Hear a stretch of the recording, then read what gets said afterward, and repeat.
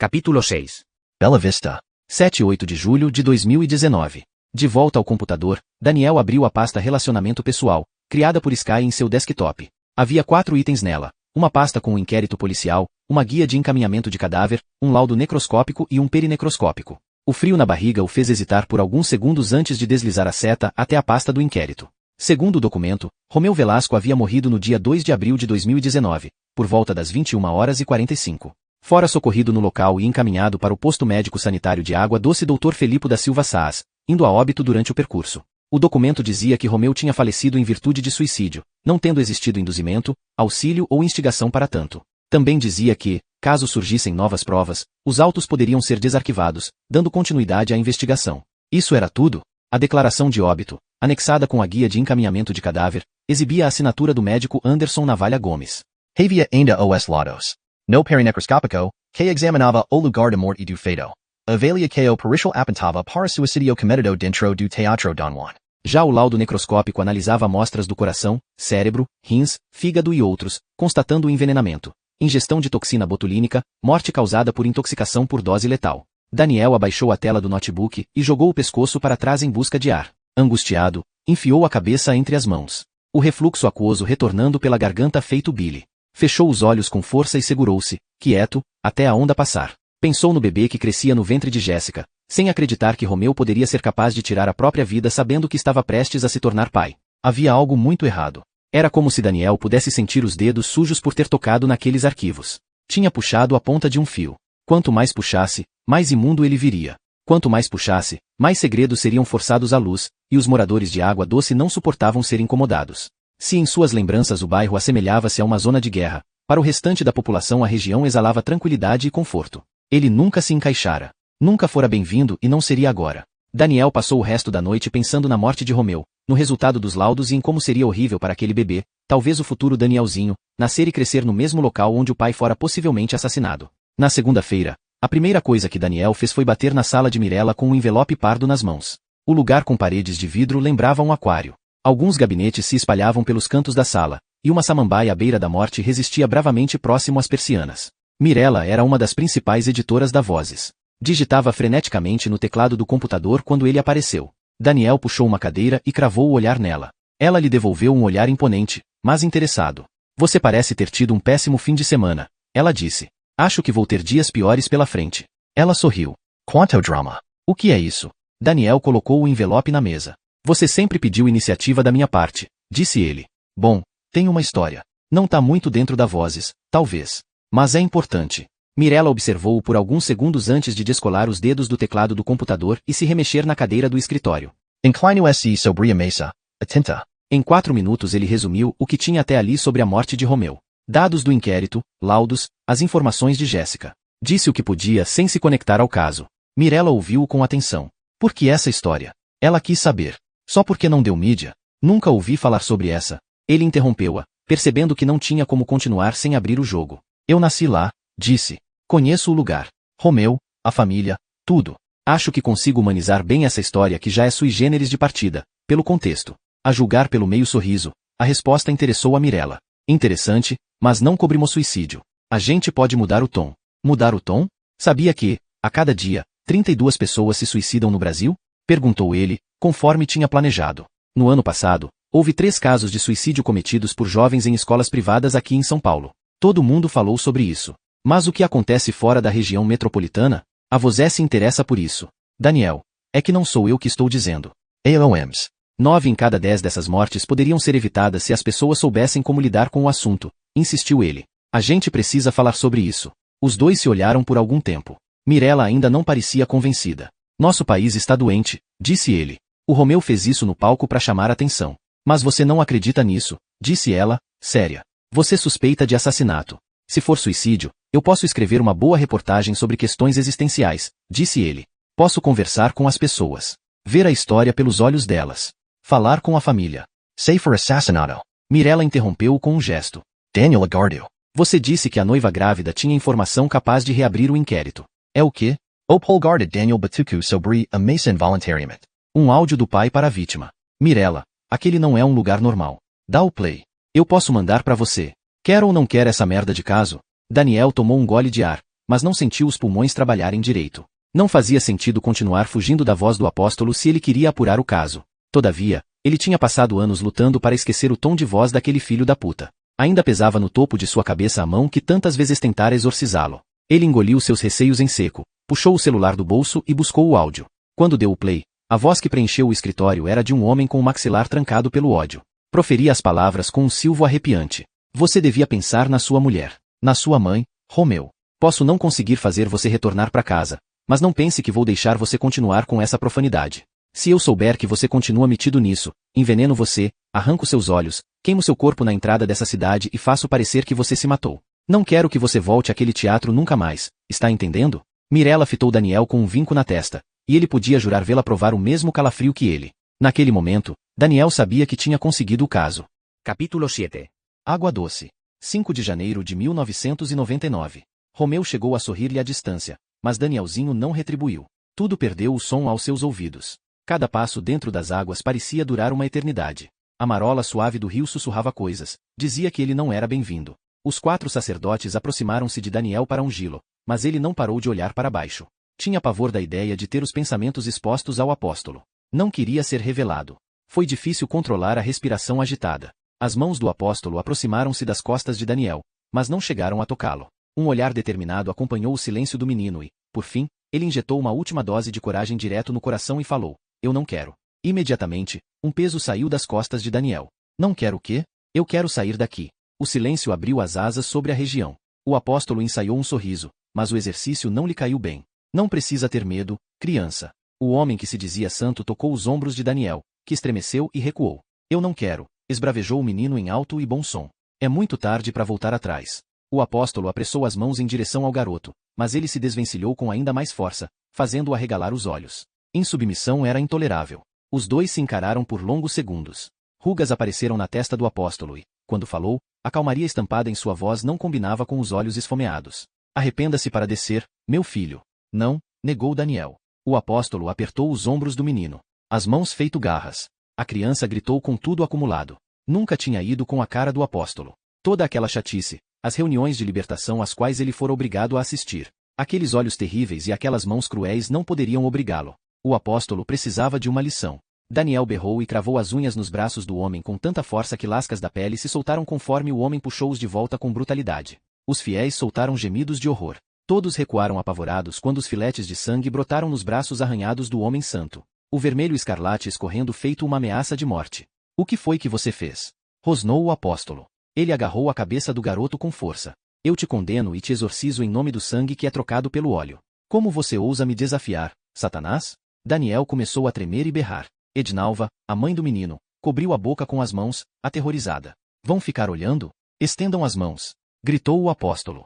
Expulsem este demônio para o deserto sujo de onde ele veio. Mesmo apavorados com a cena, os fiéis obedeceram e começaram a gritar palavras de ordem como se fossem feitiços. Sai! Deixe ele em paz. Pelo óleo das 5 virgens. Deco e Ivan mantiveram-se em silêncio, assustados demais para qualquer coisa. Ednalva lutou contra o peso repentino no corpo e fez o possível para manter as mãos erguidas, mas perdeu a força nas pernas e deixou os joelhos se afundarem na areia batida. Você é um demônio imundo, grunhiu o apóstolo, fazendo pressão com as mãos na cabeça de Daniel, como se quisesse esmagá-la. O garoto chorava e se sacudia. Eu mando você embora agora. Pegue suas coisas e deixe o corpo deste menino. Agora. Então, sacolejando a cabeça de Daniel de forma bruta, o apóstolo deu um último grito que pareceu ecoar pelas 15 bandas. Sai! Daniel sentiu como se o mundo tivesse congelado. Ninguém ousava respirar. Nem um pássaro ousaria bater as asas por perto. Nenhum movimento. Nada além da espera. A reação do menino demorou a chegar, mas, quando chegou, ele era outro. Acuado, encarou o homem com medo no olhar. Lentamente, o apóstolo estendeu uma das mãos e acariciou o rosto de Danielzinho com a mais pura ternura no olhar. Você é nosso, disse ele. Repita comigo, meu filho. Eu não devo desobedecer. E então, apontando para o alto, continuou, ao meu pai. Repulsa. Ódio. O garoto relutou até que as palavras saíssem. Contemplou o apóstolo, implorando para que aquilo fosse o suficiente. O homem observou com atenção e, após um tempo de análise, fez um sinal positivo para os sacerdotes ao redor. Ele está limpo. Daniel respirou com um pouquinho de alívio. Engoliu o coro e o medo. Deixou as mãos do Imaculado girarem-no em direção à areia para que ele pudesse enxergar sua mãe caída no chão aos prantos. Eu o batizo em nome do Pai, do Filho e do Espírito das Virgens. O apóstolo Aparuas Costas do Garoto. Deitou-o sobre as águas. E, Ali, enquanto emergia, o rio envolveu-o em um beijo frio e amargo. Foi quando morreu. Capítulo 8. São Paulo. 9 de julho de 2019. As mãos de Daniel suavam sobre o volante enquanto ele acelerava o carro pela Paulista. Eram 7 da manhã, e a ansiedade cobria-lhe por inteiro, provocando coceiras constantes pelo corpo, além de uma sensação de fome sem fim. Não tinha completa sanidade mental, mas, tirando isso, tudo de que precisava para sobreviver em água doce viajava com ele no carro. Roupas para correr, escova de dente, notebook, celular, seu Kindle, repelente, tabaco, seda e alguns gramas de flores proibidas que ainda precisaria de chavar. Havia, também, coisas que aparentemente não teriam utilidade naquele bairro cafona, como uma jockstrap vermelha e sua caneca preta com hot stamp de caveira. O dia tinha amanhecido cinza e frio. A rua umedecida.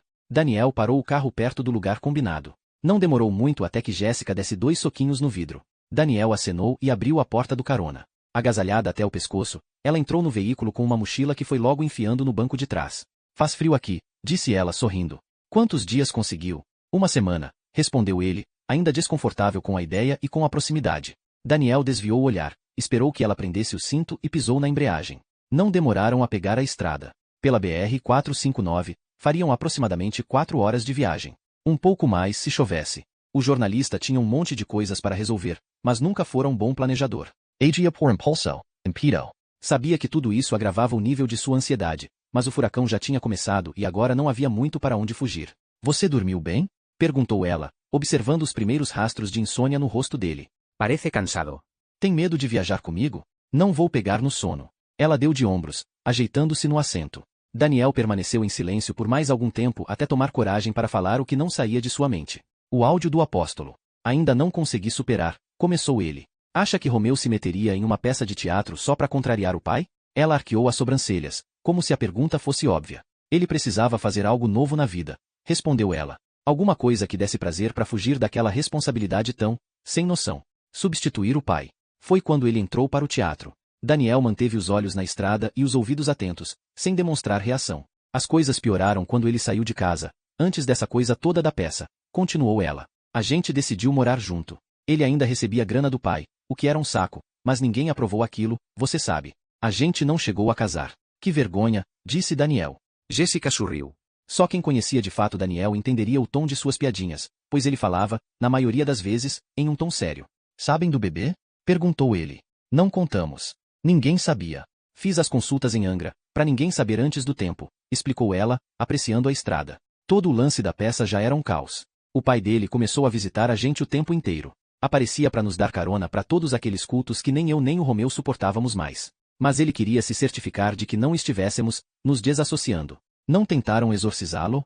Não. Isso pegaria mal para a imagem dos virginitas, que já não é mais a mesma. O que mudou? Ah, mudou muito. Vai, disse ela. As crianças da nossa época são jovens e adultos agora. Eles perderam muitos membros, principalmente a juventude. Tudo aquilo começou a parecer esquisito demais. E, na nossa época as pessoas eram mais bitoladas, eu acho. Os dois seguiram em silêncio por longos minutos. Depois de um tempo considerável, Daniel conseguiu continuar. Não consegui os dados com todas as evidências coletadas. A polícia não pegou o celular dele? Não viram aquele áudio? O Romeu me encaminhou para que eu ouvisse o que aquele animal estava dizendo, explicou ela. O celular dele estava no camarim. A polícia pediu, mas, quando o caso foi encerrado, me devolveram o aparelho sem nenhuma mensagem. Daniel coçou a cabeça, aflito. Será que Jéssica queria dizer que a polícia agira em favor do apóstolo, destruindo provas, ou que Romeu apagara as mensagens antes de se suicidar? Se água doce ainda é água doce, o apóstolo nunca faria algo do tipo, porque a autoridade dos virginitas é hereditária. Se Romeu morre, a igreja perde o poder. Ainda assim, você acha que ele foi vítima do pai? Você ouviu a gravação. Ele disse como faria. Romeu não obedeceu nada do que o pai falou. Pelo contrário, disse ela, com a voz enervada. Eles viraram inimigos. Daniel riu, mesmo no momento desapropriado.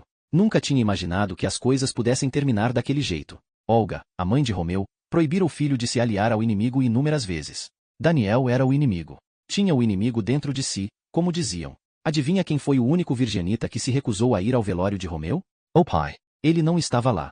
Não teve uma reza, uma missa, nada. O remorso deve ter comido aquele filho da puta dos pés à cabeça. Daniel quase encolheu os ombros. Nunca tinha ouvido alguém xingar o homem imaculado. Ainda parecia errado, desrespeitoso. Ainda mais para Jéssica, que sempre tinha feito de tudo para conquistar Romeu, inclusive comportar-se como a mais perfeita e submissa das adolescentes da membresia. Agora ela estava ali, ao seu lado, cheirando a shampoo de framboesa. As madeixas rebeldes mal domadas. Uma touca amarela no topo da cabeça. O linguajar afiado e os olhos orgulhosos de quem tinha conseguido dar o primeiro passo para vingar a morte do pai de seu filho. Daniel manteve os olhos na estrada. A tudo observava, com nada se identificava. Ouvir Jéssica alertou-o para algo importante. Passadas 2 horas de viagem, pararam para abastecer. Jéssica enfurnou-se no restaurante de estrada, alegando não ter tomado café. Ele prometeu que a acompanharia depois de encher o tanque. Deixou o carro, contente por esticar as pernas, sacou o aparelho celular do bolso e discou para o número de Sky. Ela respondeu em poucos segundos. Olá, investigador de merda, saudou ela. Galactica Parter da Agora. Ele riu, lembrando que nunca soube o nome verdadeiro de Galáctica. Agora somos como Batman e Robin, disse ele, apoiando-se no capô do próprio carro estacionado. O vento frio da estrada alisava suas bochechas. Escuta, quando a polícia envia um inquérito para o Ministério Público, eles têm que ouvir as testemunhas, certo? Não tinham esses depoimentos nos arquivos que você me enviou. Investigador de merda. Não tenho muito tempo aqui, Sky. Quem é Sky? Ele bufou. Preciso saber com quem a polícia falou e o que eles disseram. Vou tentar, mas não se apoie em mim. Pergunte às pessoas, faça o seu trabalho, disse ela, direta. Mesmo que não tenha nada demais aí, você precisa construir alguma porra que vale a pena, e não vai conseguir isso hackeando depoimentos. Galáctica cortou a ligação. Daniel engoliu em seco. Assentiu, um tanto ferido. Havia ainda uma outra ligação a ser feita. O monstrinho gelado deslizando dentro do seu estômago esperava por isso. Lembrava os números de cabeça, mesmo sem discá-los há 10 anos. Agora os dedos tremiam como se estivessem levando pequenos e incessantes choques. Ele pensou em desistir, chutar o balde, deixar que Jéssica conseguisse uma carona por conta própria e voltasse sozinha para aquele inferno de lugar. Podia aproveitar para dar meia volta, dizer a Mirella que tudo aquilo não passará de um engano, sentar-se em sua baia e voltar à vida normal. Mas ele ligou para o número convencional. Chama. A serpente congelava suas entranhas, deixando um rastro de nervosismo. Chama. E quando ele estava prestes a abandonar a missão? Pronto, desculpa. A voz de Ednalva foi como um tiro surdo entrando pelo buraco do seu ouvido e despertando 1 milhão de sinapses adormecidas em seu interior. A saliva desapareceu. A garganta fechou. Oi, mãe. Silêncio dos dois lados. O que você quer? Merda. Ele detestou ser daquele jeito. Desplanejado, desorganizado e no aos instintos da mãe. Estou de férias por alguns dias. Queria visitar a senhora e meu pai. Silêncio do outro lado. Seria só por alguns dias. Silêncio do outro lado. Eu tô na estrada já, na verdade. Chego aí antes do almoço. Silêncio. Mais uma vez, a vontade de desligar e voltar. Retroceder era tão fácil. Só precisava. Não, finalmente ela respondeu. Não tem problema. Na verdade, é ótimo. Peço para o seu pai te buscar na rodoviária. Eu tô de carro. Silêncio. Bom, é isso. Vejo você em breve. A senhora, corrigiu ela. Daniel assentiu com a cabeça. Os protocolos. Antes de desligar o telefone, ela falou. Traga os R$1.000 que você roubou do seu pai antes de ir embora.